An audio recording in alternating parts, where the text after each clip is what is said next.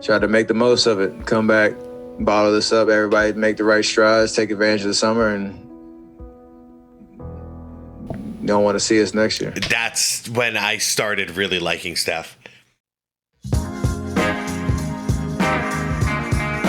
All right, welcome back to another After Dark, everyone. Hope you guys are having a good night so far. Hope you all are having a... What? That's how you botch an intro. Hope you guys are having a good night, guys. I hope you guys had a wonderful day. Anyways, we are here. I am here. Y'all are here for part 2 of how a Showboater humiliated every team in the NBA. This is a video about Steph Curry, and so far it's fantastic. It's from the channel Out of Bounds. No wonder why it has almost 1 million views. Wow. Yeah, this is a great video, you guys. If you didn't see the first part, highly recommend you going back to this morning's video and watching that first so you're caught up. If not, let's just ride. Everybody else who is caught up, welcome back, everybody. Hope you guys enjoyed the first part. And I'm ready to get back into this, guys. So the link is in the description for the original video from Out of Bounds if you want to check it out. You also see a list of channel members. Shout out my channel members. I appreciate you guys. I really appreciate the support. I think that's it. I want to get back into it. So like the vid if you could, hype the video if you could, and let's go. But it was in Game 4 where the Warriors' record-smashing season was seemingly coming to a close, as it was OKC, not the Golden State Warriors, who held a 3-1 lead. And to make things even worse, history was against them. Only 2 teams since the NBA began had ever come back from this deficit in a conference finals. So, if Curry was going to save his amazing season, he had a massive mountain to climb. May 26, 2016, the baby-faced assassin knew just how important this victory was for not only himself, but the legacy of their 73-win season. Therefore, Steph Curry came out and played at an emotional level not yet seen by the now 2-time MVP. As the game progressed, you could literally see just how passionate and fueled the 27-year-old was to will his Warriors to victory, with his backcourt running mate and the second half of the proclaimed Splash Brothers Klay Thompson lighting up the Oklahoma City Nets in Game 6, and Steph doing this in Game 7. And he fires. Yes! Nice. And Curry is saying, we're not going home.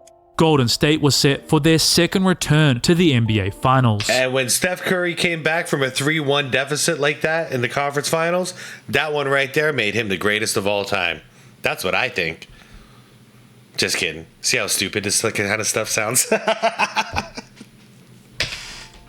But this time around, the Warriors didn't face any struggles, Curry stopper comments, or failures. No, as Game 4 came to a close, it Interesting. Again for the Deladova. was Curry stopper comment. Delavadova.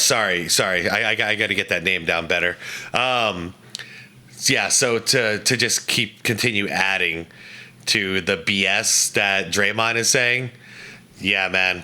I mean, him claiming Delavadova was like a scrub. No.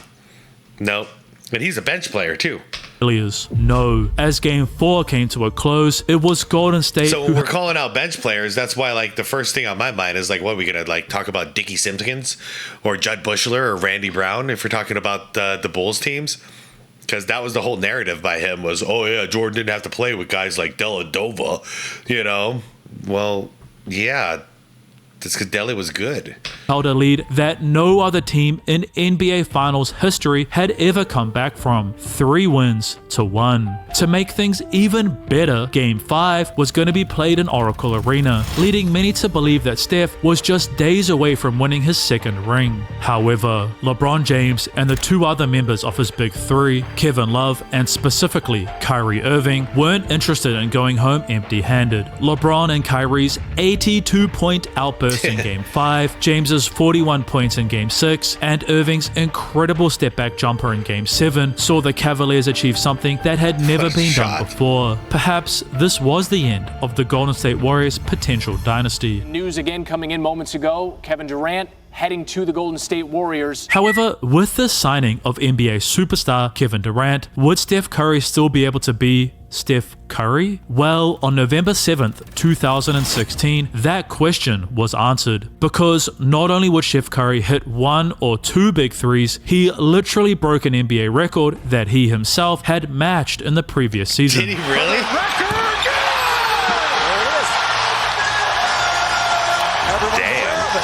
No man has made 13 threes in a game. 13 for 17. Kevin Durant, you should have stayed with this man. Until tonight. Yet, questions were starting to be raised about how Steph's insane shooting was impacting the game of basketball as a whole, as at this stage, no matter what gym you walked into anywhere on earth, young players were no longer focused on layups or mid-range jumpers, but instead running back behind the three-point line to jack up shots, and then copying celebrations from the NBA. But the celebrations are really interesting to me. My oldest, Knox, just started playing, so I go to his practices and I go to his games. And I mean, Jesus Christ, man. It's after every single point. Somebody's doing this. Somebody's doing a shimmy. Somebody's doing the LeBron push down. Yep. I like, these kids are 4'4" and they're doing the too small to each other. It makes no sense. To make And that's the thing. The NBA players weren't doing that stuff before, but now everyone is doing it. It's like end zone celebrations, except for that's a big deal. Now people are doing it like you see LeBron James like with a breakaway dunk, like wide open, non-contested, and he's doing like his little dances and his motions.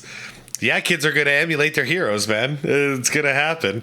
And Steph Curry does it too all the time. He normally does it when he does something amazing, though. At its worst, the NBA and its teams, a league in which organizations simply try and copy what successful teams are doing, began mimicking Golden State. Combine this with the analytics movement, in which most coaches were no longer allowing their players to attempt mid-range jump shots and instead guiding those athletes to shoot more and more threes. The style of play that many fans grew up watching was disappearing, a fact which meant that many fans began to blame a certain point guard for ruining basketball. Once again, and I've said this multiple times, so I'll make it quick, it's not his fault if he's so good that everyone else is trying to emulate him. Okay? He was a unique cat. He was the first one to do it like this. So it's not his fault that he's that damn good that everyone throws out their usual strategy and says, let's try and instill his strategy. The thing that everyone in the league didn't realize is there's only one Steph Curry. So you can like build a strategy like that, but you don't have Steph on your team. Same way after the 90s, or like in the 90s and then like through the 2000s, everyone was trying to emulate like Jordan, you know, get a high scoring shooting guard and we should be good, right? But there was a lot more to it that made Jordan successful and the Bulls successful than just having a good shooting guard. If not, the Portland Trailblazers would have won multiple championships too with Clyde Drexler. So it is a copycat league. It has always been. And through watching Michael Jordan and Steph Curry, it's very evident that everybody is just trying to piggyback a formula that works. However, despite all the noise, Steph Curry just kept being Steph Curry. In fact, the hand stare celebration clearly became a new favorite of his, as well as continuing his signature shimmy. Here's Curry for three. Yes, and the foul.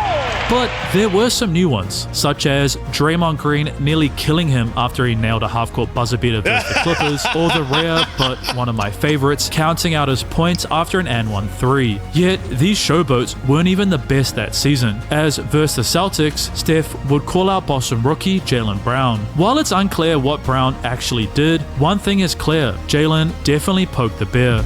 On top of all these incredible celebrations, Golden State would of course, with 4 All-Stars, decimate the NBA playoffs, literally only losing one game on their route to a championship. However, once again, Curry was snubbed from one of the few awards he had yet to earn. Therefore, Steph came into the 2017-2018 season even more motivated.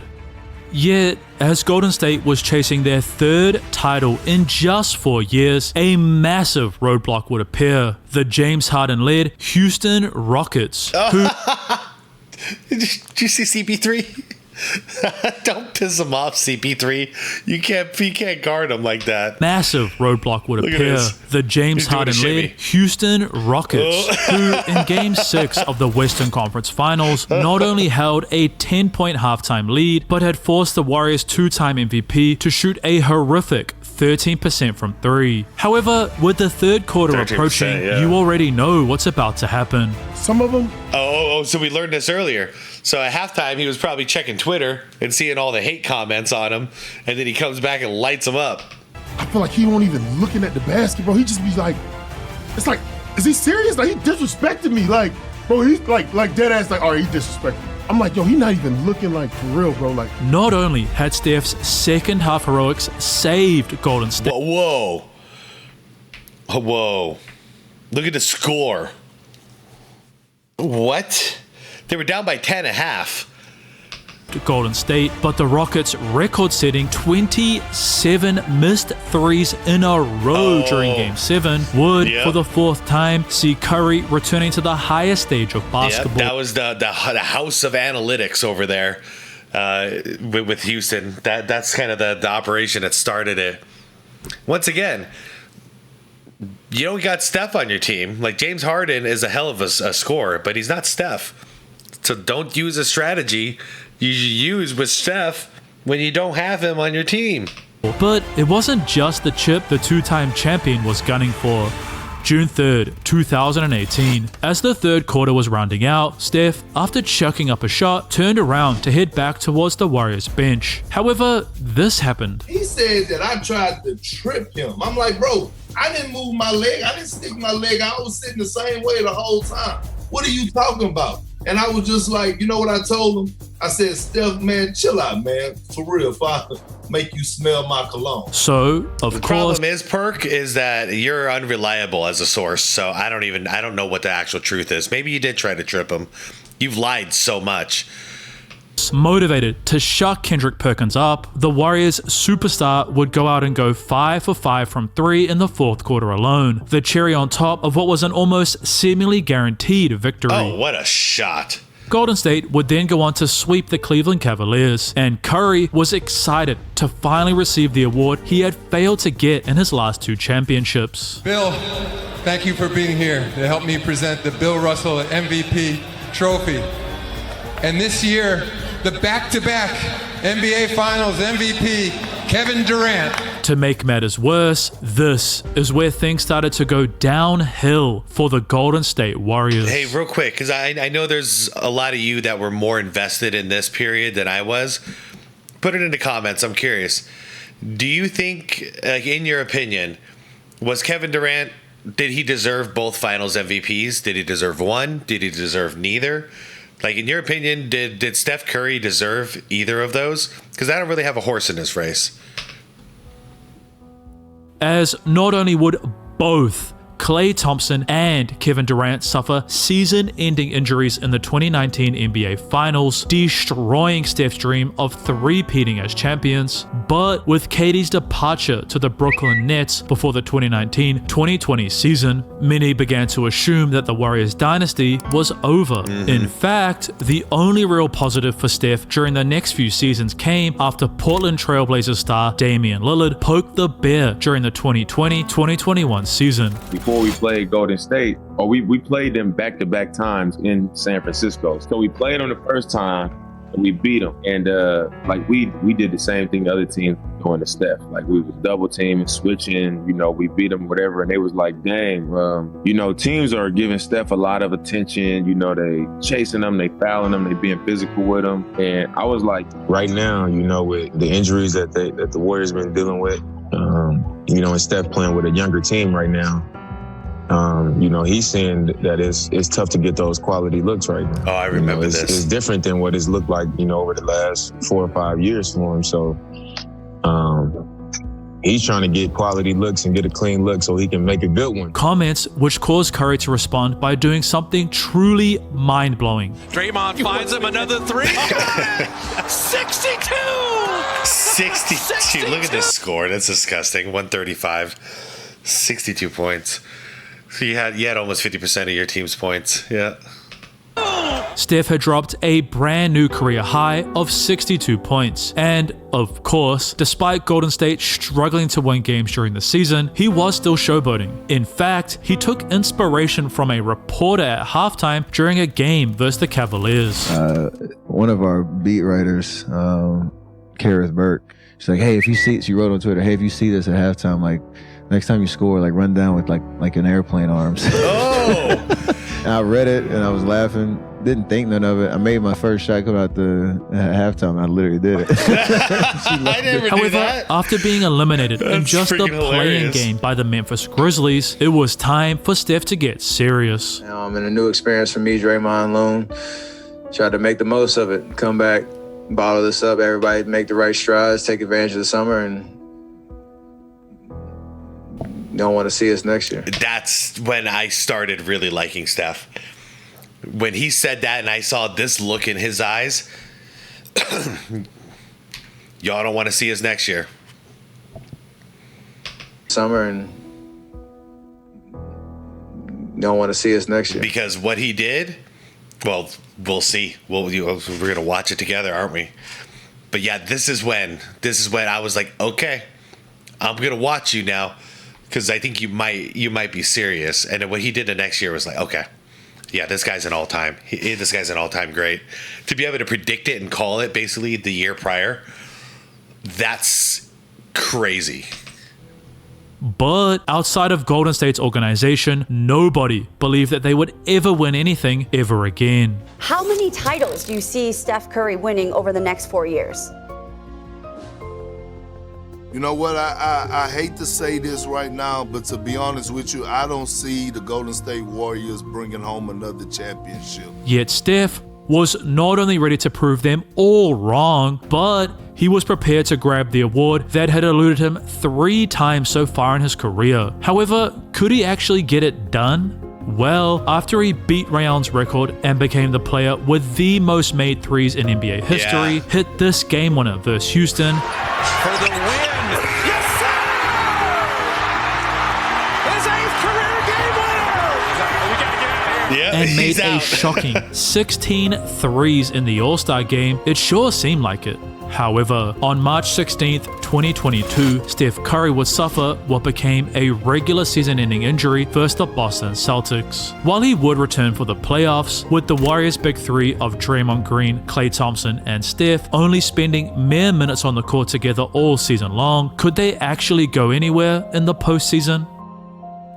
April 21st, 2022, Golden State has been battling the rising Denver Nuggets and their superstar Nikola Jokic throughout this must-win game in Colorado, but failed to score here, and it might just be Denver leaving Game 3 with a huge victory. Curry with 24. No, right on Jokic. As he zooms to the rack. Not only had Steph saved his Warriors, but the 2-time MVP had brought out a brand new celebration, Night Night, one that he would repeat as San Francisco's NBA team sent Denver back home to Colorado empty-handed in Game 5. But was this series a fluke, as their next opponent was the same team who had sent them packing just a season ago, the Memphis Grizzlies? Game 1. Hungry to avenge their failure, Steph would come out and continue to do Steph Curry things, hitting and one threes, Curry's got it. Corner 3. It's good. And Golden State. already running back on defense before the ball even went in, and saying this after their victory. What as hell, fellas? Come on. Come on. I know. A statement which God. motivated Grizzly star Ja Morant for Game 2, calling out his rival and Draymond Green by hitting the too small celebration after an and one layup, and rounding out this battle with 47 points plus the victory. So how would Curry respond? May 7th, 2022. While Steph would continue to do normal Steph Curry stuff, it was clear that Morant, much like many before him, had poked the bear, because after getting a no call after a tough layup, it became obvious how frustrated Curry was. But what was most That was a shocking no call. There was 3 guys who could have potentially got called for that one. Impressive is how he channeled that anger. The 3-time champ would round out the series just 4 games later, and once again versus their Western Conference Finals opponent, the Dallas Mavericks, the former baby-faced assassin was putting the kids to bed, hitting a brand new dance celebration in Game 1 and pulling out the now signature night-night after Game 2. But this wasn't all, as it only took Golden State 5 games to find themselves back in the NBA Finals. However, as Game 3 came to a close in Boston, many began, once again, to doubt the Warriors. Mr. Harvard, are the Warriors done? Yeah, they done. Yet, Steph Curry clearly didn't believe this at all. The media had me fooled on this one, but also, like, I thought Boston was going to win it. I straight up just thought Boston was too good. But yeah, like I said, this was the year where I was like, I mean, let's be real. This is the year Steph got into my top 10. You know, he's barely in there, but Steph got in my top 10 this year. Saying this to Boston players towards the end of their 3rd matchup. So we sitting there, and he just like, enjoy y'all last win. Game 4, fueled to not only win the award, which had evaded him for so long, but to ensure a 4th championship ring would slide onto his finger at the start of the following season, Curry began to heat up. I mean, it's just 48 minutes of where is Steph? Like, you got to know where he is at all times, trying to find him on the court, make his life difficult. And so that mental strain of where is he on the court? I mean, obviously, the way their offense is and the way he impacts the offense, like, he has so much gravity that it kind of opens up other things for everybody else too. So find Steph. Is he coming off a screen? Does he have the ball? Does he not have the ball? It's constant of paranoia, I guess, for lack of a better word. But it's what happened in the 4th, which was truly incredible. Step back, 3-pointer. Did you guys watch this series? This was something else. The Golden State Warriors have evened the series at 2. A gutsy win on the road in Boston. June 13th, 2022, Andrew Wiggins, the former #1 pick back in the 2014 draft, had struggled to find his place on a contending team since arriving in the NBA. But his move to Golden State in 2020 proved to be genius, because not only would the former first choice go out and drop 26 massive points in Game 5, but his defensive presence on the other side of the court would help Golden State to be back in control of the series. Yet, one question remained. Could they close it out in Game 6 at TD Garden? June 16th, 2022, Steph Curry, who proclaimed himself, I'm the petty king, so I know all about everything, and I use it as entertainment and just have fun with it, was ready to shut all those who said he would never win a Finals MVP or a championship again, and that he was nothing without Kevin Durant up. So not only would he just do what he had always done since that fateful night in New York back in 2013, but in the 3rd quarter on the road, Steph broke out perhaps his most disrespectful. Okay. I was going to let it slide. Something bothers me here. Hold up. And that he was nothing without Kevin Durant up. So okay, this defense is going to really bug me here. Not only would he... All right, he's gonna get you on the fake. He just do... Got you. But he had he's right there though. Always he's done. Okay, never mind. Watching it back, he really got him on the fake. He didn't have time to recover. I take it back. Since that fateful night in New York back in 2013, but in the 3rd quarter on the road, Steph broke out perhaps his most disrespectful celebration of all time. Then, to cap it all off, he would put Boston to bed with his iconic night-night. And that'll do it. It's over. The Golden State Warriors return to a familiar place. They're on top of the NBA world. The 2022 Bill Russell NBA Finals MVP he wanted to prove award everybody wrong goes so to bad. Stephen Curry.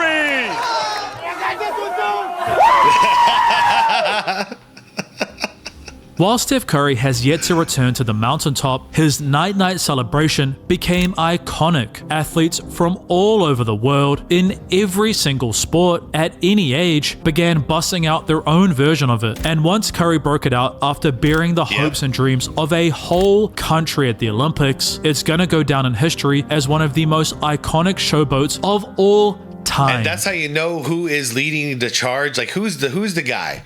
Who's the guy of this generation? It's him. because you see people all over the world emulating him.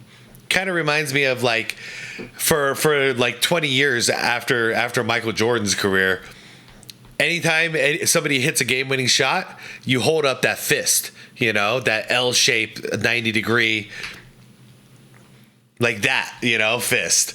Because we all emulate greatness. Now, when do you ever see any young people hitting a big shot or doing something, then like crowning themselves like LeBron?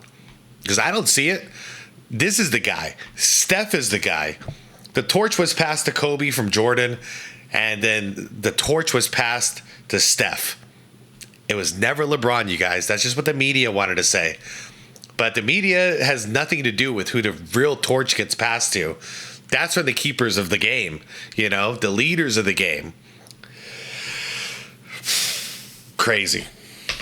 But Steph wasn't done, as during the 2025 All-Star media availability, Steph would address the comments that he ruined basketball. Like the ruining the game thing, it's just a charge and a challenge to, if you want to do that, then get in the gym, get your reps in, and earn it. So I don't have any problem with guys and teams shooting a lot of threes. Obviously, that's the way that I play, and I love that factor in the game. But you also got to put the work in behind the scenes to take full advantage of it. Yeah. So, what do you think? Do you believe that Steph Curry's insane three-point skills ruined the game? Nope. Or is it just the case of young players doing what they've always done and copying their idols? Let me know what you think below. Speaking of Steph Curry, one player that he's in a constant argument with is Magic Johnson, with many believing that one or the other is the greatest point guard of all time. So, to help you make your decision, why don't you check out this documentary on Earvin Magic Johnson's incredible 5-time championship and 3-time MVP winning career to help you Okay. That will. Don't have to tell me twice. We'll do it. Is that the end? Hold on, we got a couple more seconds left. answer that question yourself. Click the video. I did. It worked. Well done. I don't even know what to say, man. You want to talk Magic and Steph? I don't really like the comparison. They're completely different players. One is an old school, traditional point guard at its best, and two is the new age, shoot first, pass second point guard at its best. So I don't really know how to answer that question.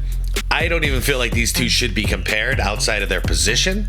You know, like I get it's like who's the best point guard, but it's so not comparable that I think it's just disrespectful to both of them to even have that conversation. Completely different players, both on my top 10 of all time. And one guy's got 4 rings and the other's got 5. They're pretty damn close, you know, pretty damn close. So, but if you're talking about my, I mean, this is where you can get my truth though. I've got Magic higher on my list than Steph, but they're both in my top 10, so it's no disrespect either way. Anyways, you guys, that was the end of it. So this is cool. I'm glad I got to watch this because where this ends is where basically I was like, okay, I'm not talking trash about Steph no more. And whenever somebody does, I'm gonna challenge it because the stuff that I've seen is the stuff that you only see. You usually only get to see like one dude in a league like this at a time, you know, one great player. And I would say that was like a Larry Bird to a Michael Jordan, to a Kobe Bryant, to a Steph Curry. And then we'll see who's next. You know, we'll see. Hopefully somebody is next. We'll find out.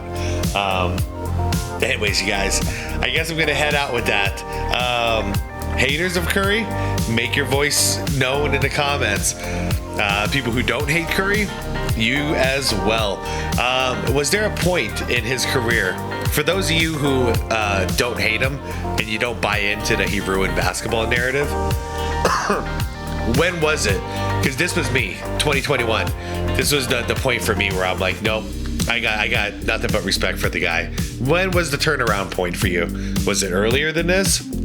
Maybe like 2017 or something? But anyways, let me know in the comments. We'll have a good conversation like always. I'm going to head out. So like the vid if you could. Subscribe to the channel if you want more content like this. Hit that subscribe plus button if you want to support the channel. and hit the bell if you want to get notified for the next one. Guys, I will see you later. And most importantly, is to be water, my friends.